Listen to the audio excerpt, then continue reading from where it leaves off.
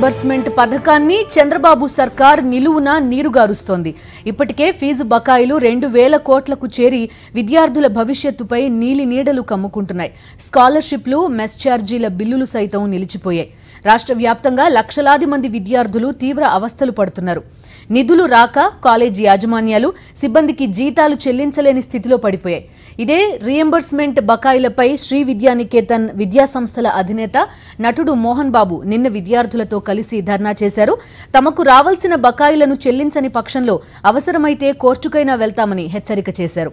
మరోవైపు మోహన్ బాబు చేసిన ఆరోపణలన్నీ తప్పుడువేనని టీడీపీ నేత ప్రణాళికా సంఘం ఉపాధ్యక్షుడు కుటుంబరావు అంటున్నారు.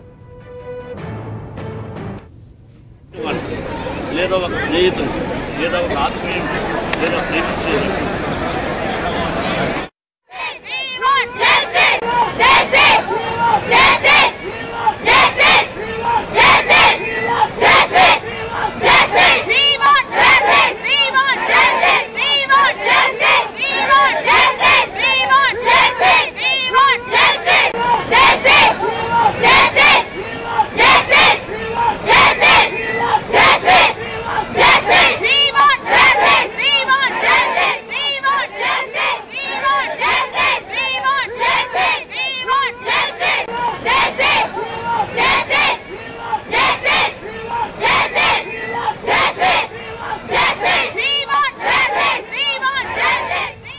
మూడేళ్లుగా చంద్రబాబు ప్రభుత్వం రీఎంబర్స్మెంట్ బకాయిలు చెల్లించలేదని, పిల్లల డబ్బులు ఇవ్వలేని చంద్రబాబు ఇక జాబ్ ఏమిస్తారని శ్రీ విద్యానికేతన్ విద్యాసంస్థల అధినేత నటుడు మోహన్ బాబు అన్నారు. తమ 18 కోట్లకు పైగా ఫీజు రీఎంబర్స్మెంట్ బకాయిలు ప్రభుత్వం నుంచి రావాల్సి ఉందని, అందులో 2 కోట్లు కాపు విద్యార్థులకు సంబంధించిందని అన్నారు.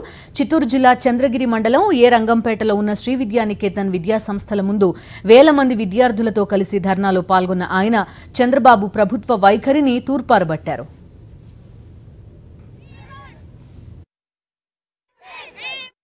చేస్తూ మాకు ఇవ్వవలసిన డబ్బు, మాకు అంటే పిల్లలకు ఇవ్వవలసినటువంటి ఫీ రీఎంబర్స్మెంట్ని రకరకాలుగా నువ్వు మళ్ళిస్తున్నావు. పిల్లలకు ప్రామిస్ చేసిన విధంగా ఎప్పుడో ఇవ్వవలసింది 3 మాసాలకు ఒకసారన్నావు, అదన్నా ఇచ్చేయి. 17, 18 2 కోట్లు రావాలి. అది యాక్చువల్గా కాపులకు సంబంధించిన డబ్బు. కాపులకు విద్యార్థులకు సంబంధించినటువంటిది దాదాపు 2 కోట్ల రూపాయలు. అది కాపు సోదరులు కూడా గుర్తుపెట్టుకోవాలి. ముఖ్యమంత్రికి ఉత్తరాలు రాసినప్పుడు ఒక విద్యాసంస్థల అధినేతగా, ఒక నటుడుగా, పూర్వం రాజ్యసభ సభ్యుడా ఇవన్నీ తీశారు బార్దబు, అది కాదు, ఒక నటుడుగా, ఒక విద్యావేత్తగా, ది నెంబర్ 1 విద్యావేత్తగా నీకు రాసినప్పుడు సమాధానం ఇవ్వవలసిన బాధ్యత అది నీది. ఒక ముఖ్యమంత్రిగా ప్రజలు అంటే నేను కూడా ప్రజలేగా, మరి ఏంటి కాలేజీ డబ్బులు అడిగితే ఉత్తరం రాస్తే సమాధానం ఇవ్వా? అంత పొగర, అంత అహంకారమా? ఫీ రీఎంబర్స్మెంట్ నువ్వు ఉత్తరం రాసుంటే సైలెంట్గా ఉండేవాడిని.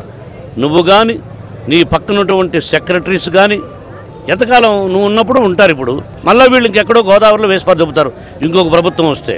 అది కూడా తెలుసుకోవాలి ఈ ఐఏఎస్ ఆఫీసర్లు కొంతమంది. ఒకసారి చెప్పాం, ఇప్పుడు హెచ్చరించాం, నెక్స్ట్ కోర్టుకి వెళ్తాం. స్పందించడానికి ఆన్సర్ లేదు. అసత్యాల వ్యక్తి అతను.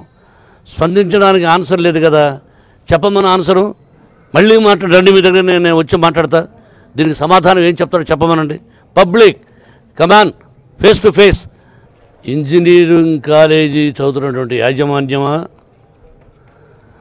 మీరందరూ కూడా ఆలోచించండి. గోడ మీద పిల్లిలాగా ఉండొద్దండి. కొంతమందికి ఎక్కువ, 100 అయితే 95 మందికి చెప్తున్న మాట ఇది.